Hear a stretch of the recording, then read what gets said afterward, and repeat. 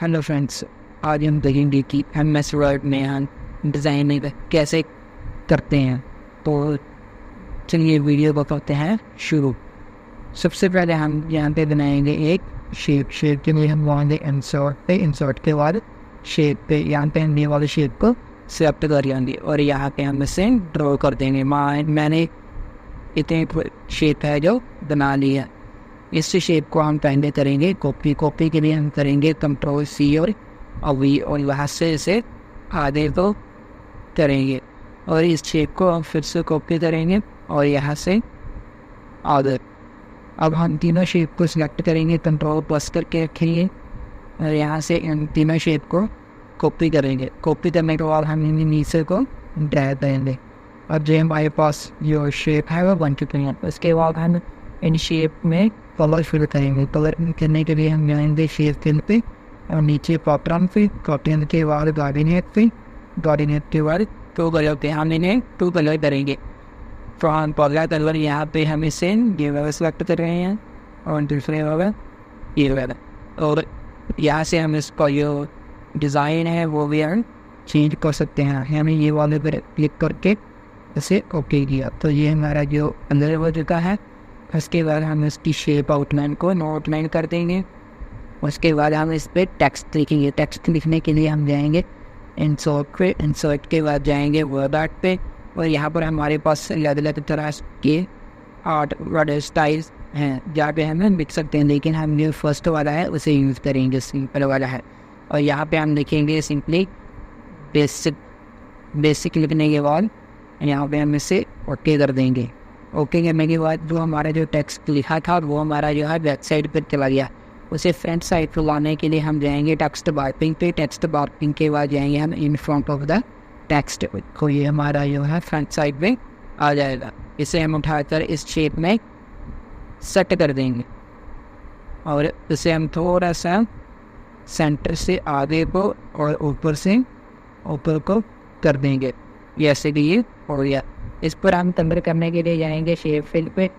Shape fill पे जाने के बाद आप देख सकते हैं कि यहाँ पे कलर लिखे आ रहे हैं अलग अलग तरह के। आप कोई भी जो कलर है वो कर सकते हैं। मैं इसे फ़िलहाल वाइट कलर ही कर देता हूँ, या फिर नहीं ये वाला भी नहीं, ये वाला कलर तो देता हूँ। और फिर इसकी जो आउटलाइन है हमें वो नो कर दे रहा हूँ। उसके बाद हम इसी तरह से दूसरी शेप को सिलेक्ट करेंगे। उसके बाद फिर से फॉर्मेट पे, शेप फिल पे, पैटर्न पे और गार्डिनेट पे। आप चाहे तो इसे एक कलर भी कर सकते हैं। एक कलर के लिए आपको पता है आपको सिंपली शेप फिल पे जाना है। शेप फिल के बाद आप यहाँ से कोई भी एक कलर जो है सिलेक्ट कर सकते हैं। मान लो कि मैंने ये वाला एक कलर को है जैसे सिलेक्ट किया और इसकी शेप मैंने नो आउटलाइन कर दी। फिर से वैसे ही हम जाएंगे फिर से इंसर्ट पे, वर्ड आर्ट पे और यहाँ से पहले वाले टेक्स्ट को सिलेक्ट करेंगे। यहाँ पे लिखेंगे हम HTML, जो कि हमारा ये कंप्यूटर कोर्स में शामिल होता है। ये हमारा वेबसाइट पे चला गया। इसे फ्रंट पे लाने के लिए टेक्स्ट बार पे इन फ्रंट पे जाएंगे और ये हमारा ऊपर आ जाएगा। इसे ड्रैग करके हम इस हमारा ये बॉक्स है उस पर ले आएंगे। तो हमने इसे वो शेप खाया, हम जो इसका कलर है वो वाइट ही रहने देंगे और इसकी आउटलाइन को हमने नो आउटलाइन कर दिया है। तो उसके बाद हम फिर से तीसरे को सिलेक्ट करेंगे। यहाँ पर शेप फिल पे जाएंगे और यहाँ पे हम इसे ये वाला कलर कर देते हैं। इसके बाद फिर से नो आउटलाइन और यहाँ से हम जाएंगे वर्ड आर्ट पे। इंसर्ट पे जाने के बाद वर्ड आर्ट पे और यहाँ पहले वर्ड आर्ट को सिलेक्ट करेंगे। यहाँ पे हम लिखेंगे टेम्पलेट बाद यहाँ पे हम ओके कर देंगे। ओके करने के बाद टेक्स्ट बॉक्सिंग पे in front of the text में और इसे भी हम पहले की तरह ड्रा करके आगे ले आएंगे। ड्रा जैसे कि ये आ गया। इसकी आप थोड़ी सी सेटिंग कर सकते हैं अपने हिसाब से जैसे कि आपको चाहिए। तो मैंने ये वाला भी कर दिया है। आप देख सकते हैं इसका जो कलर है वो हम जो ये वाला कलर है यहाँ पे सिलेक्ट कर देंगे। उसके बाद सारे वो अगले शेप है उसे सिलेक्ट करेंगे। सिलेक्ट करने के बाद फिर से फॉर्मेट पे, शेप फिल पे और यहाँ से हम कोई भी कलर है जो सिलेक्ट कर सकते हैं। जैसे कि ये वाला कलर सिलेक्ट कर लिया, इसकी शेप आउटलाइन होगी और इसके बाद फिर से वही प्रोसेस वर्ड आर्ट पे जाने के बाद वो पहले वाले आर्ट को सिलेक्ट करना है यहाँ पे हम लिख देते हैं DCA, वो कि एक कंप्यूटर कोर्स का पार्ट होता है। ओके लिखने के बाद हम ओके कर देंगे। वही प्रोसेस टेक्स्ट बार पे in front of the text, और इसे हम ड्रॉ करके नीचे लेकर आएंगे। और यहाँ पे हम इसे थोड़ा सा इसका जो साइबर से इंक्रीज करेंगे 5 और ये पिकने में थोड़ा बढ़िया तरीके से लगे। उसके बाद इसका जो कलर है वो यहाँ से हम चेंज कर सकते हैं, जैसे ये वाला कलर हो गया। और उसके बाद टेप आउटलाइन को नो आउटलाइन, और उसके बाद जो आगे वाली शेप है उसे सिलेक्ट करेंगे। उसके बाद फिर से शेप फिल पे कलर पे जाएंगे और आउटलाइन को नो आउटलाइन कर देंगे।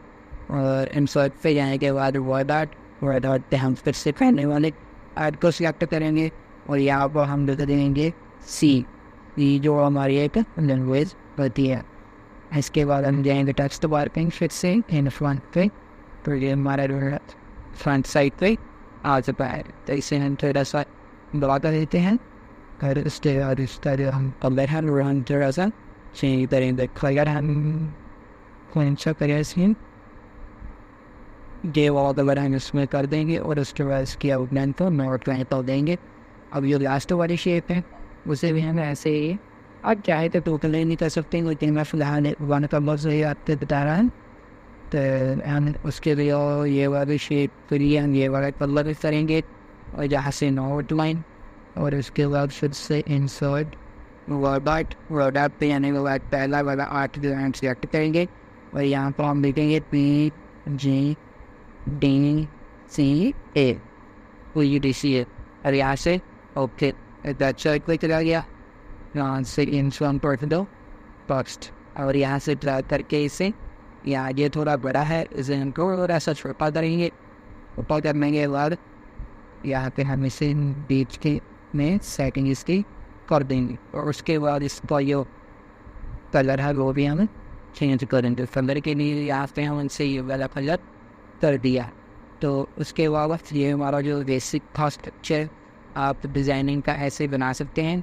उसके बाद हम एक और फिर से इंसर्ट पे जाएंगे, वर्ड आर्ट पे जाएंगे और हम यहाँ से कोई भी एक वर्ड आर्ट को चूज़ कर लेंगे। जैसे कि मैंने ये वाला वर्ड आर्ट को चूज़ किया और इसे हम क्लिक कर देंगे। यहाँ पर हम लिखेंगे कंप्यूटर कोर्सेस, और यहाँ से हम इसे उसके कर देंगे।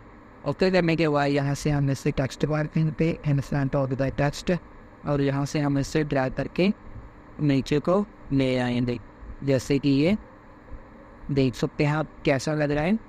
तो आप ऐसा ही डिज़ाइनिंग कर सकते हैं।